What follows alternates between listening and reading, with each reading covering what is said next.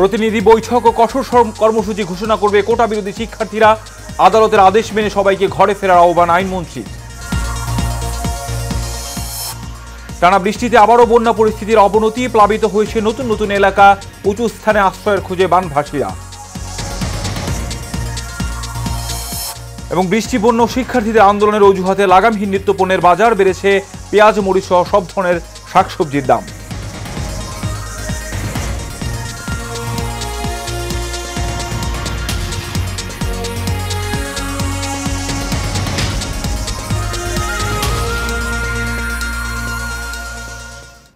স্বাগত এশিয়ান সকালের সংবাদের সঙ্গে আছে আমি কাউসার আহমেদ। এখন শুনছিলেন বিআরবি কেবল ইন্ডাস্ট্রিজ লিমিটেড সংবাদ শিরোনাম। এবার চলে যাচ্ছি বিস্তারিত সংবাদে।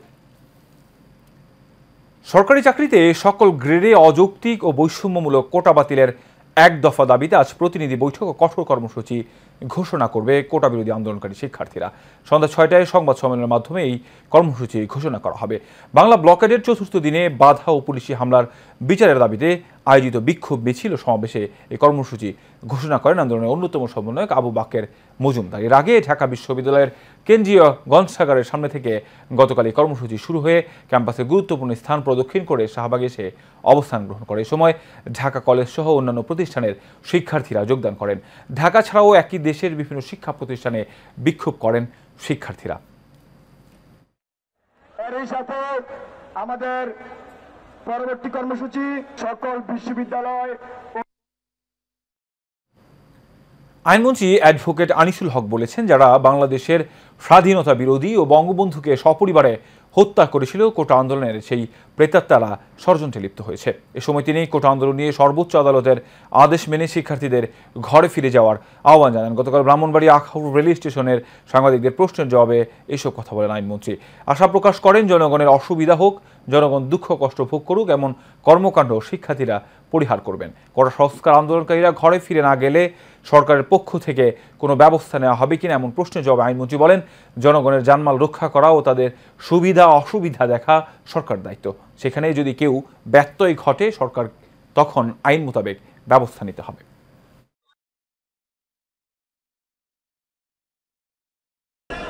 আমার কথা হচ্ছে, সরকারের দায়িত্ব জনগণের জানমাল রক্ষা করা, সরকারের দায়িত্ব জনগণের সুবিধা অসুবিধা দেখা, এবং সেইখানে যদি কেউ বাধাগ্রস্ত করে সরকারকে সেই আইন মোতাবেক ব্যবস্থা নিতে হবে। একই সাথে সবাইকে আদালতের নির্দেশ মেনে চলার আহ্বান জানিয়েছেন ডিএমপি কমিশনার হাবিবুর রহমান। কোনো ধরনের অনাকাঙ্ক্ষিত পরিস্থিতি মেনে নেওয়া হবে না বলেও হুঁশিয়ারি দেন তিনি। গতকাল রাজধানীর সেগুনবাগিচায় Bangladesh crime reporters association CRAB আয়োজিত ওয়ালটন ক্র্যাব স্পোর্টস ফেস্টিভ্যাল 2024 এবং ফল উৎসব অনুষ্ঠানে ভার্চুয়ালি অংশগ্রহণ করে তিনি এইসব কথা বলেন। এই সময় উপস্থিত ছিলেন বাংলাদেশ ক্রাইম রিপোর্টার্স অ্যাসোসিয়েশন ক্র্যাবের সভাপতি কামরুজ্জামান, সাধারণ সম্পাদক সিরাজুল ইসলাম সহ ক্র্যাবের সাবেক এবং বর্তমান কমিটির নেতৃবৃন্দ। ওয়ালটনের কর্মকর্তারা এবং গণমাধ্যম কর্মীরা ওই সময় উপস্থিত ছিলেন।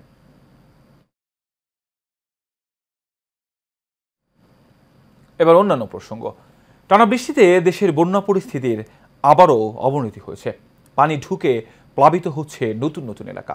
বন্যা দুর্গত অঞ্চলের মানুষ আশ্রয় নিয়েছেন বাঁধে ও আশ্রয়কেন্দ্রে। এসব এলাকায় দেখা দিয়েছে বিশুদ্ধ পানির সংকট। প্রতিনিধিদের পাঠানো তথ্য চিত্রে বিস্তারিত জানাচ্ছেন আরব ইসলাম হিমু। বৃষ্টি আর উজানের ঢলে উত্তর ও মধ্যাঞ্চলের কয়েক জেলায় বন্যা পরিস্থিতির আরও অবনতি হয়েছে। অবর্ণীয় কষ্টে দিন কাটাচ্ছেন বানভাসী লাখো পরিবার। যমুনা নদীর পানি বৃদ্ধি অব্যাহত থাকায় জামালপুরে নতুন নতুন এলাকা প্লাবিত হয়েছে। দ্বিতীয় ধাপের পানি বৃদ্ধিতে যমুনা নদীর বাহাদুর বাঁধ পয়েন্টে গত 24 ঘন্টায় 6 সেন্টিমিটার বেড়ে বিপদসীমার 57 সেন্টিমিটার ওপর দিয়ে প্রবাহিত হচ্ছে। বাড়ি ঘর ছেড়ে অনেকেই আশ্রয় নিয়েছেন উঁচু জায়গা কিংবা আশ্রয়কেন্দ্রে। প্রত্যন্ত এলাকাগুলোতে ত্রাণ সহায়তা না পৌঁছানোর অভিযোগও রয়েছে। ছড়াচ্ছে চর্মরোগ সহ বিভিন্ন রোগবালাই। কুড়িগ্রামে ধরলা দুধকুমার তিস্তা নদীর পানি কমলেও এখনও ব্রহ্মপুত্র নদের পানি বিপদসীমার ওপর দিয়ে বইছে। জেলার ১৬টি নদ নদীর মধ্যে অবস্থিত ৪.৫ শতাধিক চরসহ প্রায় ১.৫ লাখ মানুষ বন্যায় অসহনীয়ভাবে দিন যাপন করছে। আমাদের এই বন্যায় বাড়ি ঘরে পানি এবং ৪-৫ বিঘা জমি পাট খায় গেছে। ঘরের মধ্যে মানে অনেক পানি হয়েছে, খুব কষ্টতে আমরা চলে আসছি, বাদে তুলছি এসে হাঁস মুরগি সব ভেসে চলে গেছে। এদিকে উত্তরের কয়েক জেলাতেও প্লাবিত হয়েছে নতুন নতুন এলাকা। বাড়িঘর ও রাস্তাঘাট বানের জলে তলিয়ে থাকায় চরম ভোগান্তি পোহাতে হচ্ছে বাসিন্দাদের। দেখা দিয়েছে খাবার ও সুপেয় পানির সংকট। ভারী বৃষ্টির পর সিলেট, সুনামগঞ্জ, গাইবান্ধাতেও বেড়েছে নদ নদীর পানি। এতে ভোগান্তি বেড়েছে বানভাসীদের। রাস্তাঘাট ডুবে থাকায় স্থবির হয়ে পড়েছে জীবনযাত্রা। আরভি ইসলাম হিমু, এশিয়ান টেলিভিশন। বৈরী আবহাওয়া এবং পণ্যের দাম বৃদ্ধিতে ক্রেতাশূন্য প্রায় বেশিরভাগ বাজার। বৃষ্টি ও বন্যার অজুহাতে বাড়তি প্রায় সব পণ্যের দাম। পেঁয়াজ, কাঁচামরিচ সহ সব ধরনের সবজির দাম আরও এক দফা বেড়েছে। এদিকে বাড়তি দামে কিনতে হচ্ছে চাল, ডাল সহ নিত্যপণ্য। বিস্তারিত থাকছে প্রতিবেদনে। বৃষ্টি ও বন্যার অজুহাতে লাগামহীন নিত্যপণ্যের বাজার। স্বস্তি ফিরছে না কিছুতেই। একটি পণ্যের দাম কমলে অন্যটির বাড়ে কয়েক গুণ। কাঁচা বাজারে এমনটাই অভিযোগ ভোক্তাদের। সপ্তাহের ব্যবধানে বেড়ে গেছে মাছ, মাংস, শাকসবজি সহ বিভিন্ন পণ্যের দাম। বিশেষ করে কাঁচামরিচ, পেঁয়াজ, কাঁচা সবজির দাম বাড়ছে লাগামহীনভাবে। সবজির দাম কিছু কিছু সবজির দাম অনেক বেশি। যেমন আপনার কাঁচামরিচ কালকে আমরা আনছি আপনার 220 টাকা কেজি, আজকে আমরা 220 টাকা কেজি আমাদের কিনা করছি। বাজার তবে আসলে অনেক দাম চড়া, একদম সব কিছুর দামই বেশি। আমাদের সাধারণ পাবলিক যারা আছে তাদের জন্য অনেক কষ্ট করে। প্রত্যেক দিনে বাজারের দাম বাড়তে, এরকম করলে তো সাধারণ পাবলিকে চলতে পারবে না। বিক্রেতারা স্বীকার করছেন দাম বৃদ্ধির কথা, তবে ক্রেতা সংকটে ভুগছেন বলে জানান তারা। এই সপ্তাহে বলা হয়েছে 90 টাকা, 95 টাকা। কারণ তো আমি বলতে পারি না, মাল মনের সংকট। সকাল থেকে বৃষ্টি, কাস্টমার তো বাজারে আসে না। বাজারে একদম পাকা বেচাই না, একবারে নাই বলে চলে। চাহিদা তো ভাই ওরকম একটা চাহিদা নাই, বৃষ্টি হলে কি কাস্টমার তো আসতেছে না। গত সপ্তাহ থেকে এই সপ্তাহে পেঁয়াজের দাম কেজিতে 20 টাকা বাড়ছে। গত সপ্তাহে পেঁয়াজ বিক্রি করছিলাম 90 টাকা কেজি, ঠিক আছে। পেঁয়াজটা শুধু বাড়ছে। আর আলু গত সপ্তাহ 60 টাকা বিক্রি করছি, এই সপ্তাহ 60 টাকা। আর রসুনটাও আগের দামই আছে, রসুন দাম বাড়েনি, আদার দামটা একটু বাড়ছে। এভাবে একের পর এক পণ্যের দাম বৃদ্ধি জনগণের মনে ক্ষোভের সৃষ্টি করছে। কাউসার আহমেদ, এশিয়ান টেলিভিশন, ঢাকা। জমকাল আয়োজনের মধ্য দিয়ে প্রথম বর্ষপূর্তি উদযাপিত হল বাংলাদেশ টেলিভিশন মেকআপ আর্টিস্ট অ্যাসোসিয়েশনের। স্বনির্ভর মেকআপ আর্টিস্ট ও তাদের মান উন্নয়নের প্রত্যয় নিয়ে সংগঠনটি এগিয়ে যাবে এমন প্রত্যাশা করেন সবাই। এ সময় পেশাগত কাজে অবদান রাখায় সিনিয়র মেকআপ আর্টিস্টদের হাতে সম্মাননা ক্রেস্ট তুলে দেওয়া হয়। বিস্তারিত রকিব মানিকের রিপোর্টে। রাজধানীর বিশ্ব সাহিত্য কেন্দ্র মিলনায়তনে জমকালো আয়োজনের ভেতর দিয়ে উদযাপিত হল টেলিভিশন মেকআপ আর্টিস্ট অ্যাসোসিয়েশনের প্রথম বর্ষপূর্তি ও সম্মাননা প্রদান অনুষ্ঠান। অনুষ্ঠানে দেশের টেলিভিশনে কাজ করেন মেকআপ আর্টিস্টরা যোগ দেন। এই সময় সংগঠনের সিনিয়র মেকআপ আর্টিস্টরা স্মৃতিচারণ করেন। একটা মেকআপ আর্টিস্ট একটা চ্যানেলে 20 বছর 25 বছর কাজ করলো, বাড়ি যাওয়ার সময় তাকে বিদায় করার সময় 2 মাসের বেতন হাতে দিয়ে তাকে বিদায় করা। এগুলি কিন্তু অনেক দুঃখের বিষয়। এই কমিটির যারা এই আয়োজনটা করেছে, আমার মতো যারা মেকআপ আর্টিস্ট আছেন তাদের জন্য আমার তরফ থেকে তাদেরকে হাততালি দিয়ে সম্মাননা।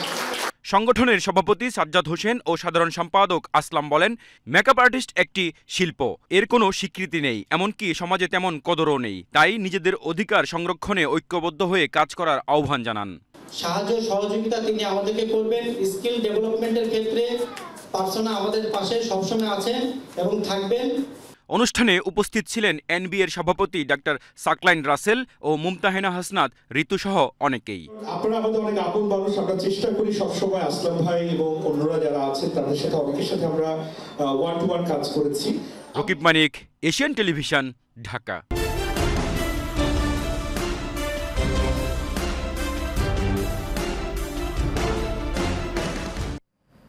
নারায়ণগঞ্জের রূপগঞ্জের কায়েতপাড়া বাজারের 200 বছরের পুরনো নৌকার হাটে এখনও বসে সাপ্তাহিক হাট, যেখানে পাওয়া যায় অল্প মূল্যে কারিগরদের তৈরি করা মৌসুমি কোষা নৌকা। প্রতি সপ্তাহে শনি ও বৃহস্পতিবার বসা এই হাটে বিক্রি হয় শত শত নৌকা। যদিও কালের বিবর্তনে আধুনিকতার ছোঁয়ায় কমে যাচ্ছে নৌকা সংশ্লিষ্টদের ব্যস্ততা। রূপগঞ্জ প্রতিনিধি রিপন মিয়ার পাঠানোর প্রতিবেদনে আরও জানাচ্ছেন শেখ ফাহিম। রূপগঞ্জের কায়েতপাড়া বাজারের অবস্থান বালু নদীর পশ্চিম পারে। এখানে গড়ে ওঠে প্রাচীনকাল থেকে সওদাপাতির হাট। একসময় বড় নৌকা তৈরি ও হাট বসলেও এখন শুধু ছোট নৌকার হাট বসে সপ্তাহে 2 দিন। শনি ও বৃহস্পতিবার আশেপাশের জলাবদ্ধ এলাকা ও নদীপাড়ের লোকজন নৌকা কিনতে আসেন এখানে। কোষা নৌকার কদর বাড়ে কেবল বর্ষা মৌসুমে। 3 মাস থাকে এসব নৌকার চাহিদা। কারিগররা প্রতি সপ্তাহে প্রায় 20 থেকে 25টি কোষা নৌকা তৈরি করতে পারেন, যার দাম হাঁকা হয় 5,000 থেকে 50,000 টাকা পর্যন্ত। এখন 2টা একটা কোষা বানাই, আবার কোন সময় 3টা 4টা কোষা বানাই, কিন্তু এখন ব্যবসার পরিকল্পনা নাই, ভালো না, ব্যবসার দিকে অনেক খারাপ। একটা নৌকার দাম 3,000, 4,000, 5,000। নৌকার হাট হইতেছে মানে প্রতি বৃহস্পতিবার আর কম বেশি বেচা কিনা হয়। তবে স্থানীয়রা নৌকার পরিবর্তে চান টেকসই স্থায়ী সড়ক। পাশাপাশি বালু নদীর উপর ব্রিজ হলে নৌকা নির্ভরতা কমে যাবে বলে মনে করেন তারা।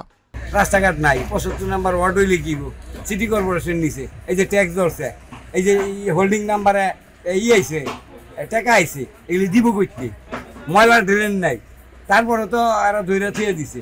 এখন সপ্তাহে 20-25টা বা 20-30টা বেচা কিনা হয়, আর আগে 100 বেচা কিনা হইতো।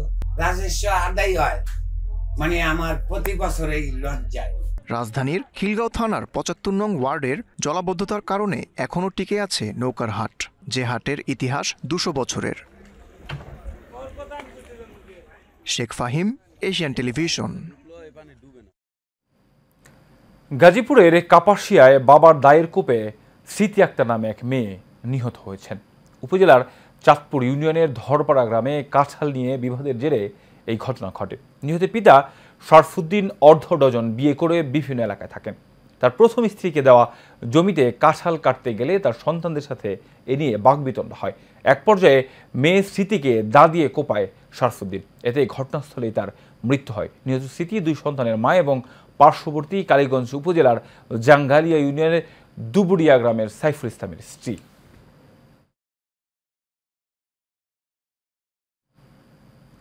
স্মার্ট বাংলাদেশ গড়তে রাজনীতিতে তরুণদের প্রাধান্য দিচ্ছেন প্রধানমন্ত্রী শেখ হাসিনা। এই কারণেই সম্প্রতি এক ঝাঁক তরুণকে রাখা হয় গাজীপুর মহানগর আওয়ামী লীগের কমিটিতে। মহানগর আওয়ামী লীগের ইতিহাসে কমিটিতে এবারই সবচেয়ে কনিষ্ঠ হিসেবে পদ পেয়েছেন মহানগর ছাত্রলীগের সাবেক সাধারণ সম্পাদক তৌহিদুল ইসলাম দীপ। তিনি যুবকদের নিয়ে সামাজিক ও মানবিক কাজ করে প্রধানমন্ত্রীর হাত থেকে পেয়েছেন জাতীয় যুবক পদক। আরিফ খান আবিরের রিপোর্ট, জানাচ্ছেন শেখ ফাহিম। সম্প্রতি গাজীপুর মহানগর আওয়ামী লীগের 75 সদস্য বিশিষ্ট পূর্ণাঙ্গ কমিটি ঘোষণা করা হয়েছে। এতে ঠাঁই হয়েছে এক ঝাঁক তরুণের।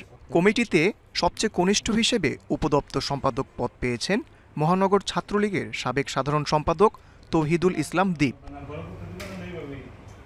2014 সালে তারেক রহমান বঙ্গবন্ধুকে নিয়ে কটূক্তি করার প্রতিবাদে ভাওয়াল বদরে আলম সরকারি কলেজ মাঠে বিএনপির আয়োজিত জনসভায় বিএনপির চেয়ারপারসন বেগম খালেদা জিয়াকে ঢুকতে দেয়নি এই তৌহিদুল ইসলাম দীপের নেতৃত্বে ছাত্রলীগের নেতাকর্মীরা। তাই এমন যোগ্য নেতৃত্বকে ভালোভাবে নিয়েছেন তরুণরা। আমার ভাই তৌহিদুল ইসলাম দীপকে আওয়ামী লীগের যোগ্য জায়গায় স্থান দিয়েছে, কারণ তরুণদের হাত ধরে সে ছাত্রলীগকে অনেক শক্তিশালী করেছে। তাই যাতে আওয়ামী লীগকে শক্তিশালী করতে পারে এই লক্ষ্যে আমরা কাজ করে যাব ইনশাল্লাহ। গাজীপুর মহানগর আওয়ামী লীগের যে কমিটিটা হয়েছে ওই কমিটিতে অবশ্যই একটা তারুণ্যের একটা জয়গান ছিল। সর্বকনিষ্ঠ হিসাবে তৌহিদুল ইসলাম দীপ ভাইকে এই নগর পূর্ণাঙ্গ কমিটির উপদপ্তর সম্পাদক হিসাবে দেওয়া হয়েছে, এজন্য আমরা প্রাউড ফিল করতেছি। তার ব্যতিক্রমধর্মী কাজ সবসময় ছিল সবার নজরে। ছাত্র নেতাদের হাতে কলমে শেখানোর জন্য ওয়ার্ডে ওয়ার্ডে ক্লাস ভিত্তিক ছাত্রলীগ জানবে, ছাত্রলীগই জানাবে কর্মসূচি, 5,000 তরুণদের নিয়ে গাজীপুর ইউথ ক্লাব প্রতিষ্ঠা, সর্ববৃহৎ ক্রিকেট টুর্নামেন্ট YPL টানা 11 বছর ধরে আয়োজন করা, করোনাকালীন সময়ে প্রায় 4,000 পরিবারকে খাদ্য সহায়তা সহ বিভিন্ন কাজে সবার নজর কেড়েছেন তিনি। এসব কাজের স্বীকৃতিস্বরূপ 2022 সালে প্রধানমন্ত্রী শেখ হাসিনার ভার্চুয়াল উপস্থিতিতে জাতীয় যুব পুরস্কার গ্রহণ করেন তিনি। আমাদের গাজীপুর মহানগর আওয়ামী লীগের মধ্যে আমরা যে তরুণ নেতৃত্ব দেখতে পাচ্ছি তার প্রতিফলন ঘটেছে। এর জন্য আমরা খুশি এবং আনন্দিত। সর্বকনিষ্ঠ সদস্য হয়ে মহানগর আওয়ামী লীগের রাজনীতিতে তরুণদের এক বিপ্লব ঘটাতে চান তৌহিদুল ইসলাম দীপ। জানেন যে আমাদের দেশরত্ন শেখ হাসিনা তিনি আমাদের এই বাংলাদেশকে স্মার্ট বাংলাদেশে রূপান্তরিত করার জন্য কাজ করে যাচ্ছেন এবং সেই ভিশন বাস্তবায়নের জন্য আমাদের আওয়ামী লীগেও স্মার্ট লিডারদের প্রয়োজনীয়তা তিনি অনুভব করেছেন দেখেই আমাদের মতন আমরা যারা নিউ কামার রয়েছে, ইয়ং জেনারেশন রয়েছে, তাদেরকে কিন্তু দিনকে দিন আওয়ামী লীগে জায়গা দেওয়া হচ্ছে। তার ধারাবাহিকতায় আমি মনে করি যে আমাকে মহানগর আওয়ামী লীগে এরকম একটি গুরুত্বপূর্ণ দায়িত্ব দেওয়া হয়েছে এবং আমি মনে মনে বিশ্বাস করি আমাকে যে দায়িত্ব দেওয়া হয়েছে আমি সেটা সততার সাথে আমি পালন করতে পারবো। সমৃদ্ধশালী এক দেশ গড়তে তরুণদের অংশগ্রহণ প্রয়োজন প্রতিটি জায়গায়। Sheikh Fahim, Asian television.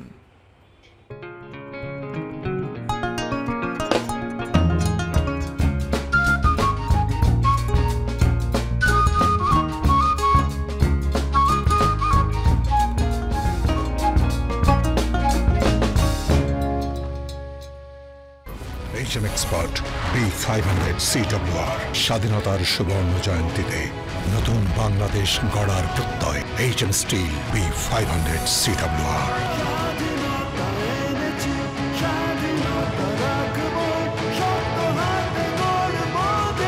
HM steel. এ পর্যায়ে HM স্টিল চট্টগ্রাম সংবাদ।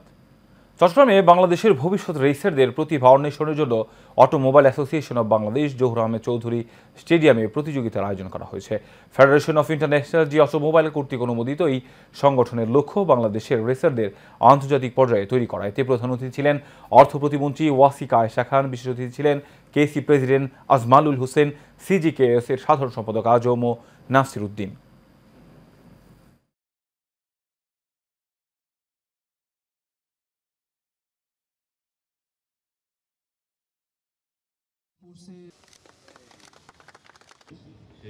গাজীপুরের কালিয়াকুর উপজেলার ঢালজোড়া ইউনিয়নে চেয়ারম্যান বাড়ির আয়োজনে মরহুম আব্দুল সাত্তার স্মৃতি গোল্ড কাপ ফুটবল টুর্নামেন্টের উদ্বোধন করা হয়েছে। গতকাল খেলা উদ্বোধন করেন কালিয়াকুর উপজেলা পরিষদের চেয়ারম্যান আলহাজ মোহাম্মদ সেলিম আজাদ। এ সময় আরও উপস্থিত ছিলেন উপজেলা vice chairman Mohammad Monowar Hossain Shahin, Dhaljora union chairman Mohammad Isamuddin, panel chairman Enayet Hossain সহ আরও অনেকেই। খেলায় মির্জাপুর টেক ইট রেস্টুরেন্ট একাদশকে হারিয়ে আশুলিয়া মাঝি স্পোর্টিং ক্লাব বিজয়ী হন।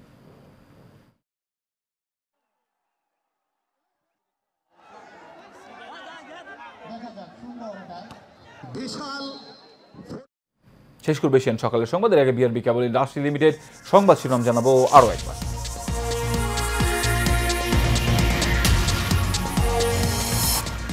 প্রতিনিধি বৈঠক ও কঠোর কর্মসূচি ঘোষণা করবে কোটা বিরোধী শিক্ষার্থীরা, আদালতের আদেশ মেনে সবাইকে ঘরে ফেরার আহ্বান আইনমন্ত্রী।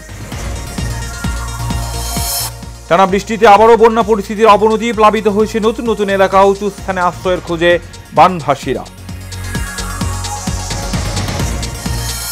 এবং বৃষ্টিবন্য শিক্ষার্থীদের আন্দোলনের অজুহাতে লাগামহীন নিত্যপণ্যের বাজার বেড়েছে, পেঁয়াজ, মরিচ সহ সব ধরনের শাকসবজির দাম।